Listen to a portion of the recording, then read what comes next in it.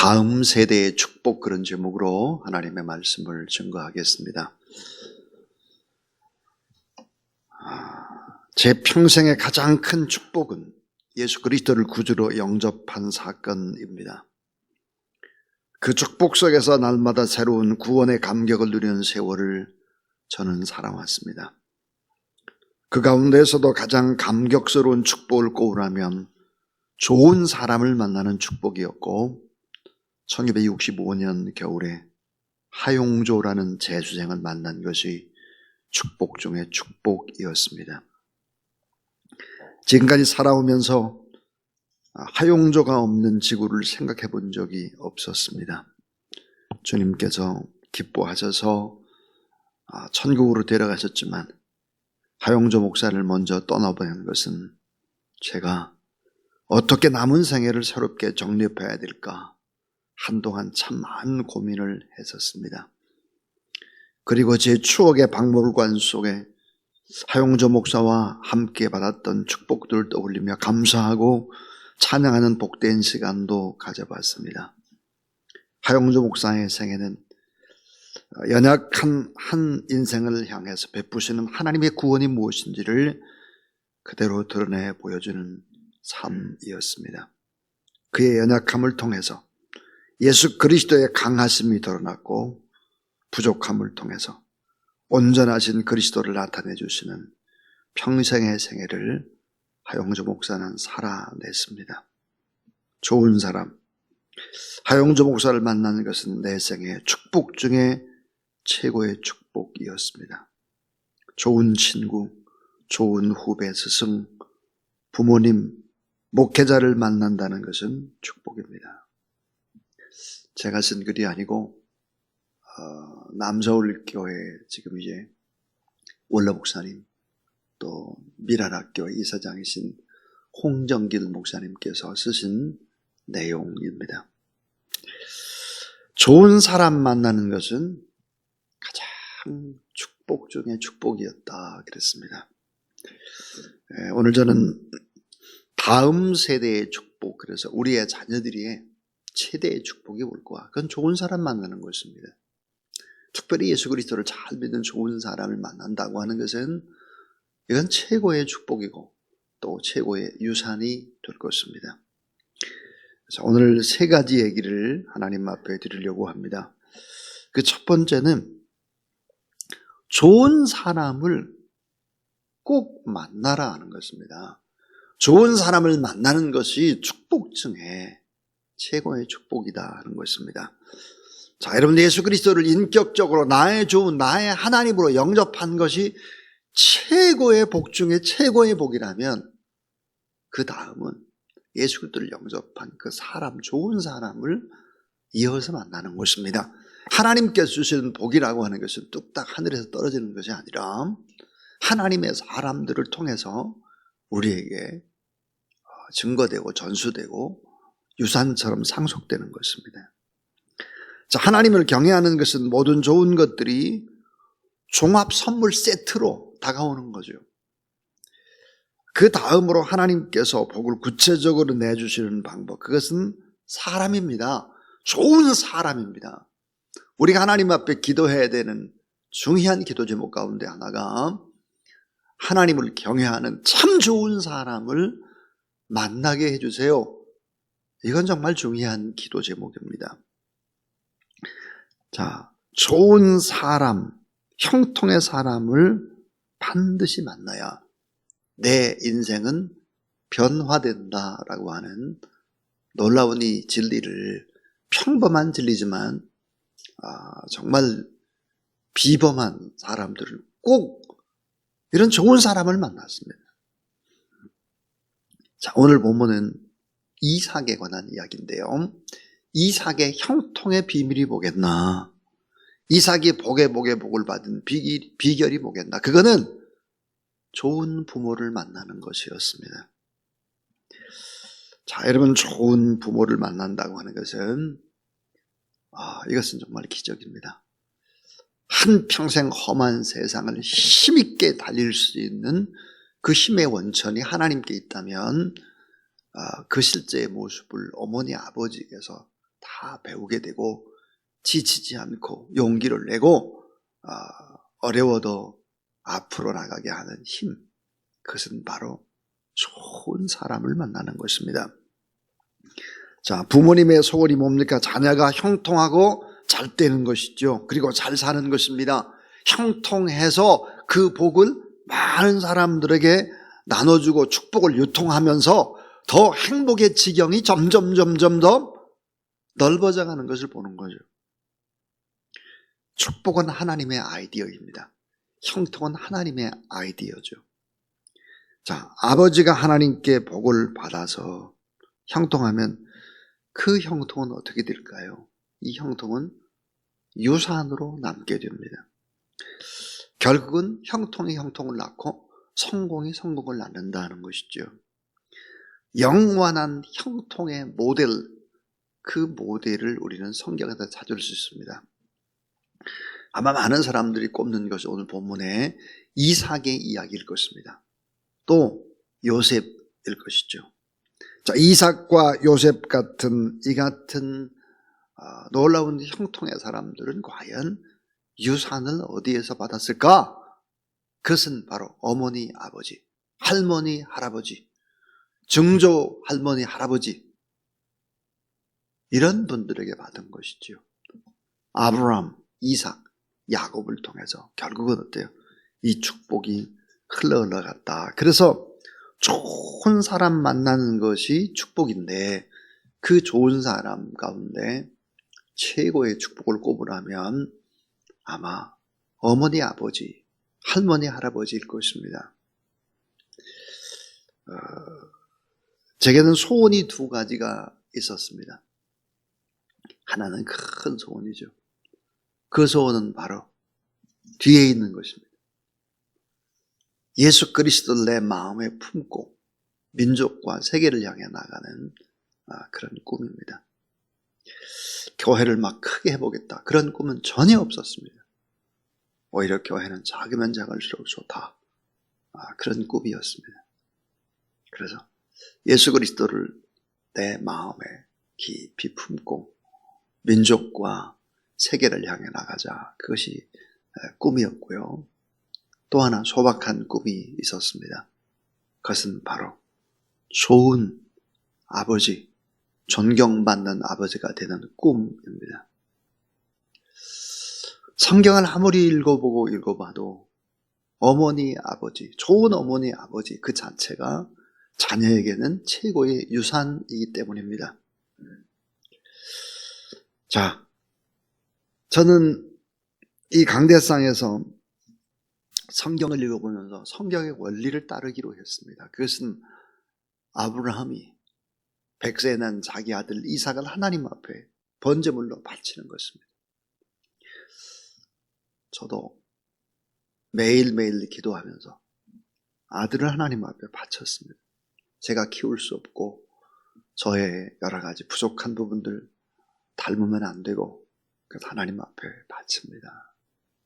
저는 이 강대상에서 설교하고 난 다음에 늘 하나님 앞에 손을 이렇게 펴서 기도하고 하나님 앞에 올려드리고 축복하는 분들이 여러분들이 있습니다.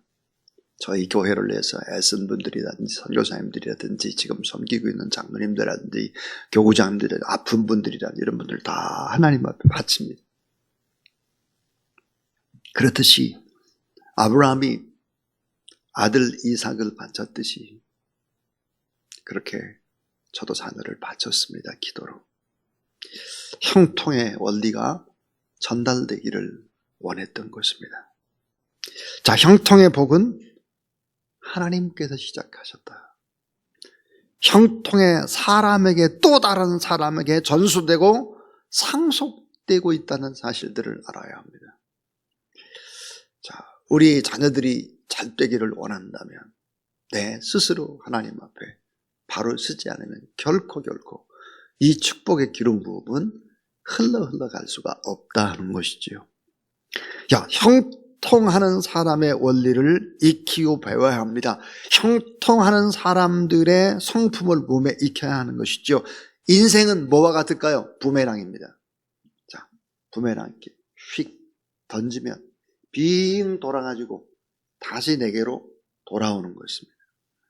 내가 던진 것이 되돌아오고 내가 심은 것이 또다시 싹이 나고 열매가 되는데, 심은 것보다 30배, 60배, 100배 기도 심는 것입니다. 하나님 앞에 바치는 거 전부 다 심는 거예요. 이 심지 않았는데 어떻게 거두어요? 그게 도적입니다. 자, 남을 축복하면 복이 되어 돌아오고, 남을 형통하게 하면 내가 형통을 결국은 내가 받게 되고, 남을 윤택하게 되면 그 윤택함이 내게로 돌아오는 것이 법칙입니다. 좋은 부모가 되는 것이 가장 먼저, 좋은 할머니 할아버지가 되는 것이 가장 먼저입니다. 좋은 부모가 되면 자녀는 그대로 변화되는 것이죠. 가장 강력한 삶의 변화, 가장 강력한 교육의 방법이 있다면 본을 보이는 것보다 더 강력한 것은 없습니다.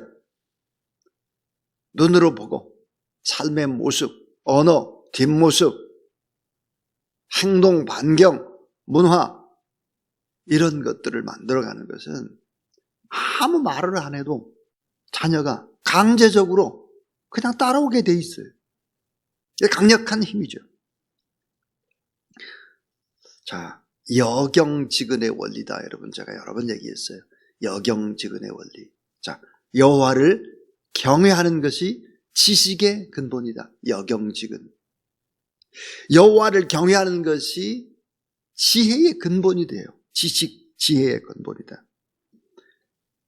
결국은 부모님이 얼마나 여호와 하나님을 경외하나, 이것을 자녀가 볼 수 있다면, 아브라함이 자기 아들 이삭을 바칩니다.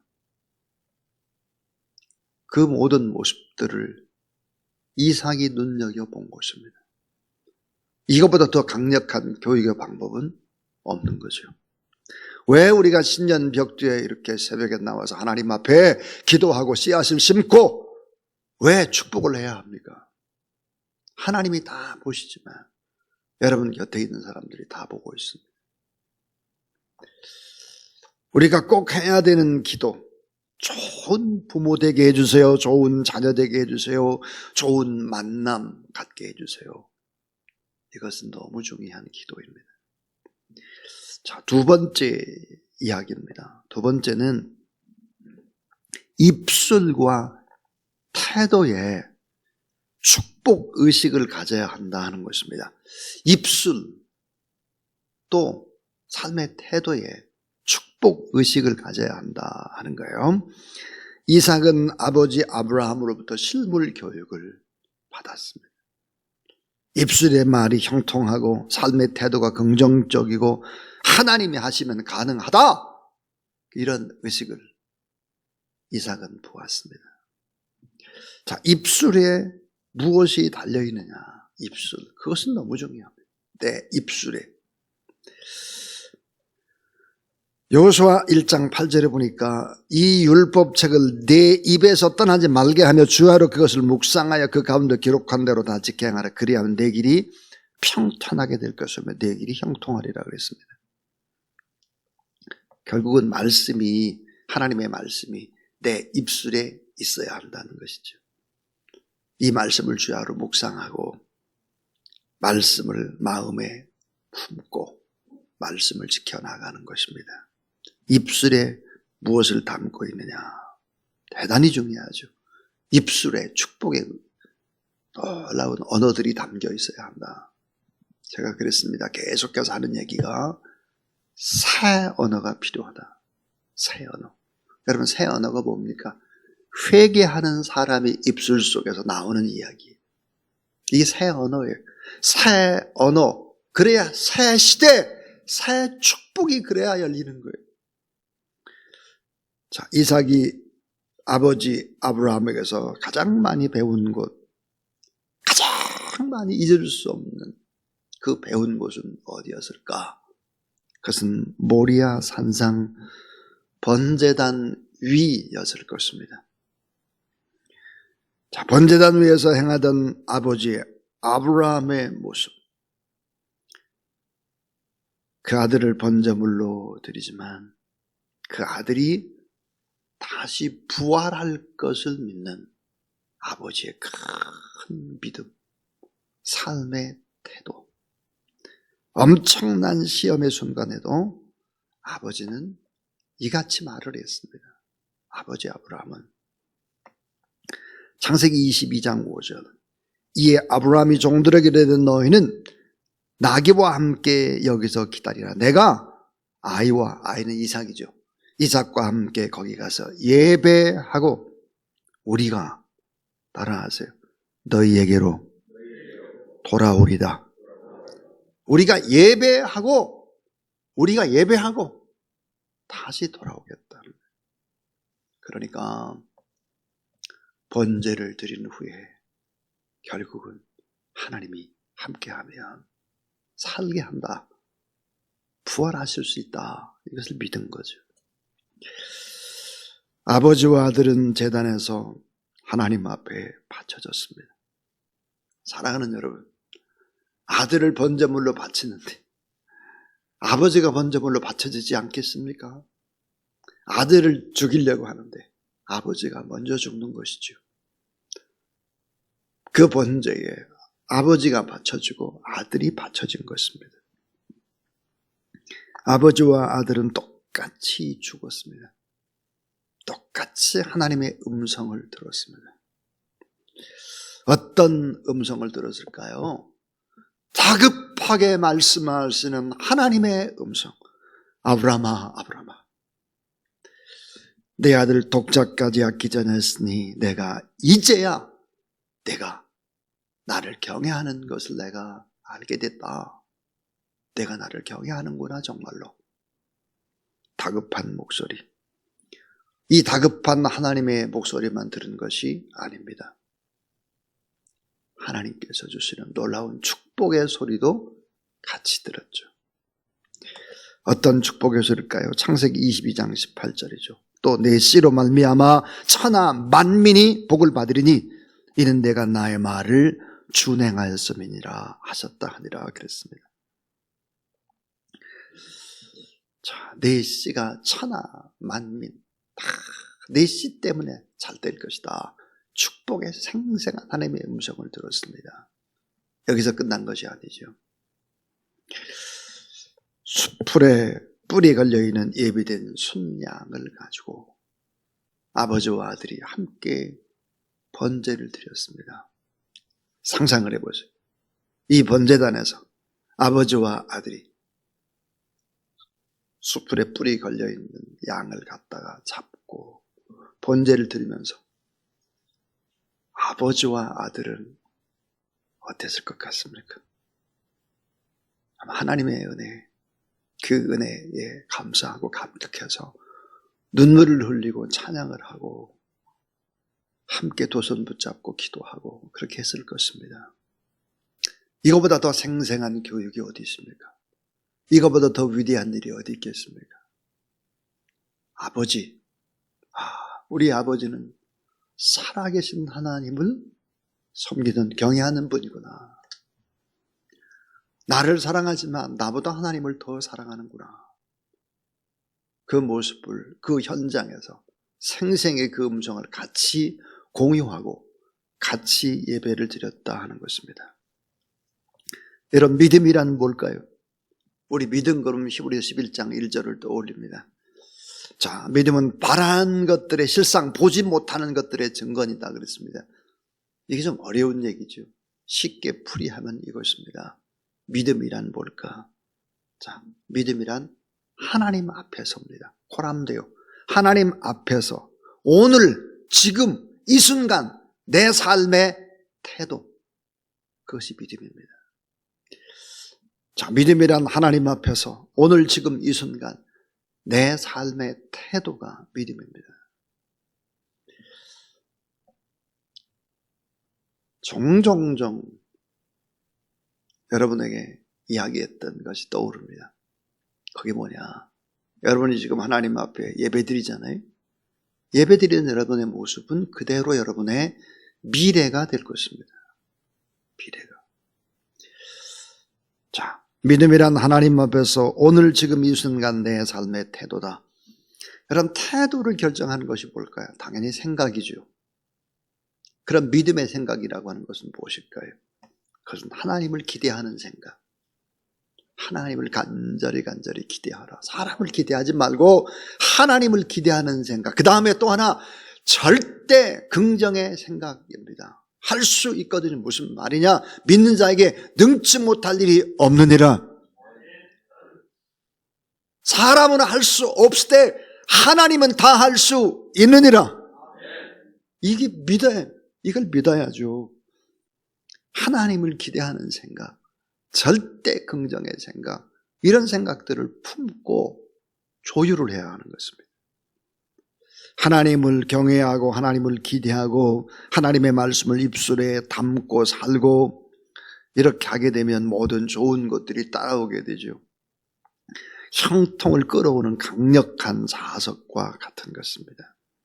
그래서 잠언 22장 4절에 보니까 겸손과 여호와를 경외함의 보응. 자, 겸손히 여호와 하나님이 경외할 때 따라오는 게 뭐겠나 이게. 따라하세요. 재물과 영광과 생명. 그러니까 재물, 영광, 생명이라고 하는 것은 여호와 하나님을 잘 경외하면 그냥 더불어 따라오는 거예요. 따라오는 거. 왜 재물이 안 따르냐? 여호와 하나님 경외 제대로 하지 않으니까 그렇죠. 왜 찬란한 영광과 이런 것들이 안 따라올까? 여호와 하나님 경외하지 않으니까 그래요. 왜 자꾸 몸이 불편하고 아플까? 왜 생명이 그래요? 여호와 하나님 경외하지 않으니까 그런단 말이에요. 그래서 여러분, 우리 꼭 기억해야 될 것은 입술에도 축복의 언어가 담기고 삶의 태도에도 축복의 의식을 가져야 한다. 그런 이야기입니다. 마지막 세 번째. 자, 다음 세대를 하나님 앞에 바치면 하나님이 키워주십니다 하는 거예요. 바쳐야 돼. 다음 세대를 하나님 앞에 바쳐야 돼. 내 자녀라고 생각하면 안 돼요. 하나님의 자녀, 하나님의 소유, 하나님의 것이니까 하나님 앞에 바쳐야 돼. 늘 바쳐요. 제가 그랬잖아요. 바쳤다고요. 저를 못 키워요. 저는 할 수 없어요. 저의 모자라고 부족한 제 모습을 쏙 빼닮으면 이게 안 되잖아요. 하나님 앞에 바치는 거 계속. 참된 예배란 하나님을 위해서 단을 쌓는 것입니다. 나를 위해 단을 쌓는 것이 아니에요. 하나님 앞에 바치는 거예요. 예배는 나 자신을 위해 드리는 것이 아니다. 하나님을 위해 드리는 것이 예배죠. 그리고 하나님의 이름을 부르는 것입니다. 하나님 아버지 받아주세요. 예배에서 가장 중요한 것이 뭘까요? 대가 지불입니다. 대가 지불. 그 대가 지불이라고 하는 것이 뭐예요? 내가 값싼 하나님의 은혜를 받은 것이 아니에요. 하나님께서 가장 귀한 아들을 내게 주셨구나. 그걸 생각하면서 내가 시간을 하나님 앞에 드리고 물질을 바치고, 아브라함은 뭐를 바쳤을까요? 이삭을 바쳤죠. 그러니까 가장 소중하다고 생각하는 것은 모두 다 소유권이 내게 있지 않다. 이거를 선언하는 것이 하나님 앞에 바치는 것입니다. 이삭은 결국은 아브라함의 미래였습니다. 여러분의 삶은 자녀들의 미래입니다. 자, 자신의 미래, 가장 귀한 상급 유산 선물을 사랑하는 독자 이삭을 하나님 앞에 귀하다고 생각하는 것은 바치는 것입니다. 이삭이 아버지 아브라함에게서 배운 신앙의 유산이 무엇일까요? 그것은 이것이었습니다. 가장 귀한, 가장 값진 것은 하나님께 꼭 드려야 한다는 것입니다. 가장 귀하다고 생각하는 것은 내 것이 아니라 하나님의 것이다. 자녀, 하나님의 것이다. 또 내 삶의 장래도 미래도 하나님께 바쳐져야 한다는 것입니다. 하나님의 축복은 반드시 예배를 통해서 온다는 것이었습니다. 예배를 잘 드리면 어떤 결과가 올까요? 하나님을 경외하면 어떤 결과가 올까요? 결론은 이것입니다. 예배를 잘 드리고 하나님을 경외하게 되면 따라서 환경이 어려워도 복을 받습니다. 어떤 복을 받을까? 100배의 복이요. 오늘 성경이고 100배. 창세기 26장 12절 말씀. 이삭이 그 땅에서, 그 땅이 어떤 땅인데 적군의 땅, 블레셋 땅이에요. 농사하여 그 해에, 그 해가 어느 해인데요? 가물었어요. 비가 안 왔어요. 이삭이 그 땅에 농사하여 그 해에 100배나 얻었고 여호와께서 복을 주심으로 그랬습니다. 결국은 환경이 어려워도 하나님 앞에 예배드리고 믿음으로 나가보라. 적군의 땅에도 승리가 있고 비가 오지 않고 또 다 가무는 해도 하나님이 함께 하시면 100배의 복을 받을 수 있다. 믿으시기 바랍니다. 땅이 쩍쩍쩍 다 갈라지는 가뭄에도 100배의 축복이에요. 그러니까 안 믿는 블레의 사람들이 어때요? 다 고개를 숙이는 거예요. 와, 저 사람은 하나님의 사람이에요. 오히려 어려울 때가 기회인 거예요. 또 하나, 예배를 잘 드리면 어떤 일들이 벌어질까? 재앙도 끝이 난다 그랬어요. 재앙도 끝이 나요. 지금 우리가 하고 있는 일들을 보세요. 코로나19, 오미크론, 제대로 예배 같은 거 안 드리던. 예배를 드려야 재앙이 끝이 나요, 재앙이. 사무엘하 24장 25절. 그곳에서 여호와를 위하여 단을 쌓고 번제와 화목제를 드렸더니 이에 여호와께서 그 땅을 위하여 기도를 들으시며 이스라엘에게 내리는 재앙이 그쳤더라. 그렇습니다. 결국은 재앙을 그치는 방법이 뭘까? 하나님 앞에 온전히 드리는 예배에 있다는 사실이죠. 예배. 그런데 지금 반대로 하고 있어요. 반대로. 예배 생활 제대로 하지 않아요. 뭐가 돼야 되기는 안 됩니다. 우리는 기억해야 할 것입니다. 이때야말로 예배에 목숨을 걸어야 될 때죠. 또 하나, 예배를 잘 드리면 어떤 결과가 올까요? 그것은 바로 후손에게 형통의 유산을 물려줄 수 있습니다. 후손에게 형통의 유산을 물려줄 수 있다. 영적인 유산, 잘때는 형통의 유산을 물려줄 수 있는 것이다. 어머니, 아버지, 할머니, 할아버지가 많은 재산을 물려줬다고 해서 그 후손이 잘 되는 것이 결코 아닙니다. 꼭 기억하십시오. 다음 세대의 축복, 그런 제목으로 3가지 얘기했습니다. 좋은 사람을 만나야 된다. 좋은 사람. 이게 최고의 축복이다. 그래서 홍정길 목사님, 참 존경받고 있는 목사님인데 그 목사님이 하용조 목사님을 만나는 것은 내게 있어서 가장 큰 축복이었다. 그렇게 고백을 하잖아요.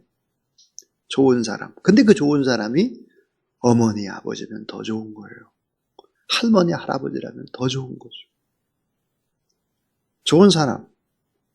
여기 있는 여러분이 좋은 사람이 돼야 한다 이 말이에요. 첫 번째 얘기했어요. 두 번째는 그러기 위해서 필요한 것이 뭘까? 입술에, 내 입술에 하나님의 말씀, 내 삶의 태도에 축복의 의식을 가져야 돼요.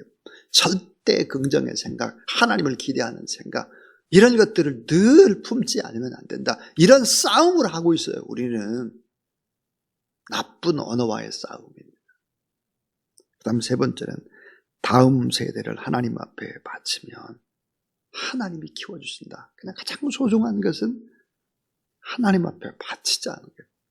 뭘로? 기도를 통해서 계속 바치는 거예요. 하나님 바칩니다. 하나님의 자녀와 하나님의 후손입니다. 하나님이 키워주세요. 이 나라의 민족도 우리가 하나님 앞에 바쳐야 돼요. 우리가 살고 있는 이 땅도 하나님 앞에 바쳐야 돼요.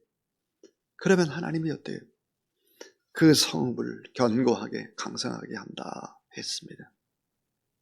이 축복의 원리들을 가지고 이 새벽도 우리가 하나님 앞에 좀 간절히 좋은 부모, 좋은 선생님, 좋은 장로님, 권사님, 교구장님, 좋은 또 목사님, 먼저 믿는 우리가 그런 축복의 표본이 되어야 합니다. 그러면 밑에는 따라오는 것이죠. 우리 545장 이 눈에 아무 증거 아니 배워도 믿음만을 가지고서 늘 걸으며 이 찬송 하나님 앞에 우리 드릴 텐데 이 찬송 드릴 때는 우리 박수 치면서 545장 뜨겁게 간절히 부르고 우리 기도하겠습니다.